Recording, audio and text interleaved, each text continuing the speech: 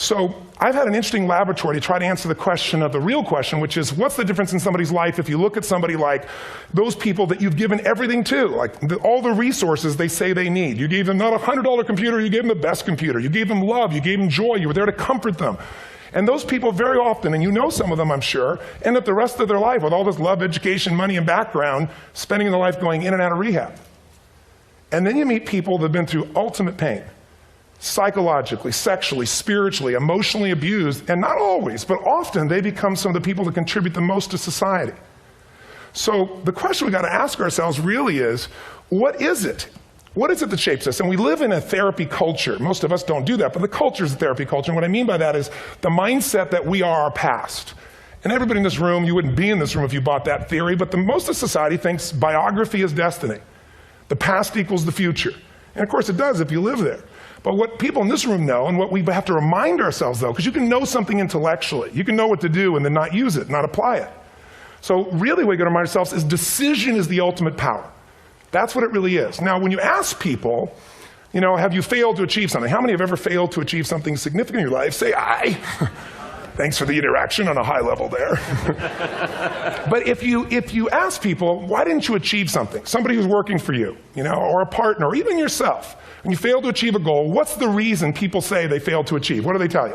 Didn't know enough, didn't have the knowledge, didn't have the money, didn't have the time, didn't have the technology, you know, I didn't have the right manager, didn't have the Supreme Court.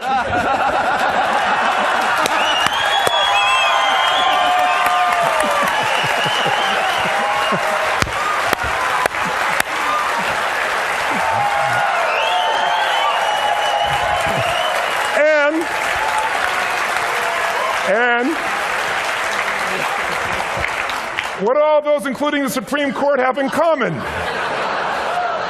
They are a claim to you missing resources. And they may be accurate. You may not have the money. You may not have the Supreme Court. But that is not the defining factor.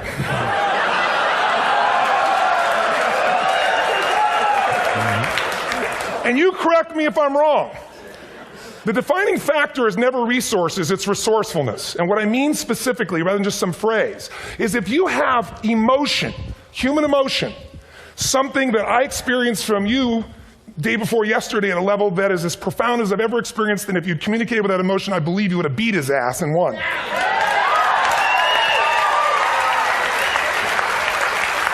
But how easy for me to tell him what he should do. Idiot, Robbins. But I know when we watched the debate at that time, there were emotions that blocked people's ability to get this man's intellect and capacity and the way they came across to some people in that day. Because I know people that wanted to vote in your direction and didn't, and I was upset. But there was emotion that was there. How many know what I'm talking about here? Say aye. So emotion is it, and if we get the right emotion, we can get ourselves to do anything. We can get through it. If you're creative enough, playful enough, fun enough, can you get through to anybody, yes or no? If you don't have the money, but you're creative and determined enough, you find the way. So this is the ultimate resource, but this is not the story that people tell us, right? The story people tell us is a bunch of different stories. They tell us we don't have the resources, but ultimately, if you take a look here, flip it up if you would.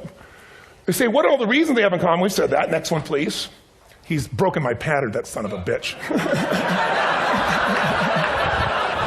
But I appreciated the energy, I'll tell you that. What determines your resources? We've said decisions shape destiny, which is my focus here. If decisions shape destiny, what determines it is 3 decisions. What are you going to focus on? Right now, you have to decide what you're going to focus on. In this second, consciously or unconsciously, the minute you decide to focus on something, you've got to give it a meaning. And whatever that meaning is produces emotion. Is this the end or the beginning? Is God punishing me or rewarding me, or is this the roll of the dice? And emotion then creates what we're going to do, or the action. So think about your own life, the decisions that have shaped your destiny. And that sounds really heavy, but in the last 5 or 10 years, 15 years, haven't there been some decisions you've made that if you made a different decision, your life would be completely different? How many can think of one, honestly? Better or worse? Say aye. So the bottom line is maybe it was where to go to work and you met the love of your life there. Maybe it was a career decision. I know the Google geniuses I saw here. I mean, I understand that their decision was to sell their technology at first. What if they made that decision versus to build their own culture? How would the world be different? How would their lives be different? Their impact. The history of our world is these decisions. When a woman stands up and says, no, I won't go to the back of the bus, she didn't just affect her life. That decision shaped our culture. Or someone standing in front of a tank. Or being in a position like Lance Armstrong and someone says to you, you got testicular cancer. That's pretty tough for any male, especially if you ride a bike. Right? You got it in your brain, you got it in your lungs. But what was his decision of what to focus on? Different than most people. What did it mean? It wasn't the end, it was the beginning. What am I going to do? He goes off and wins 7 championships he never won once before the cancer because he got emotional fitness, psychological strength. That's the difference in human beings that I've seen of the 3 million I've been around. Because that's about my lab. I've had 3 million people from 80 different countries that I've had a chance to interact with over the last 29 years. And after a while, patterns become obvious. You see that South America and Africa maybe connect in a certain way, right? Other people say, oh, that sounds ridiculous. It's simple. So what shaped Lance? What shapes you? 2 invisible forces, very quickly. 1, state. We all have had times. Have you had a time you did something and after you did it, you thought to yourself, I can't believe I said that. I can't believe I did that. That was so stupid. Who's been there? Say aye. Have you ever done something after you do it, you go, that was me. Right? It wasn't your ability, it was your state. Your model of the world is what shapes you long term. Your model of the world is the filter. That's what's shaping us. That's what makes people make decisions. When we want to influence somebody, we got to know what already influences them. And it's made up of 3 parts, I believe. First, what's your target? What are you after? Which I believe, it's not your desires. You can get your desires to goals. How many of you got a goal, desire, and thought, is this all there is? How many been there? Say aye. So it's needs we have. I believe there are 6 human needs. Second, once you know what the target that's driving you is, and you uncover it for the truth, you don't form it, you uncover it. Then you find out what's your map. What's the belief systems that are telling you how to get those needs?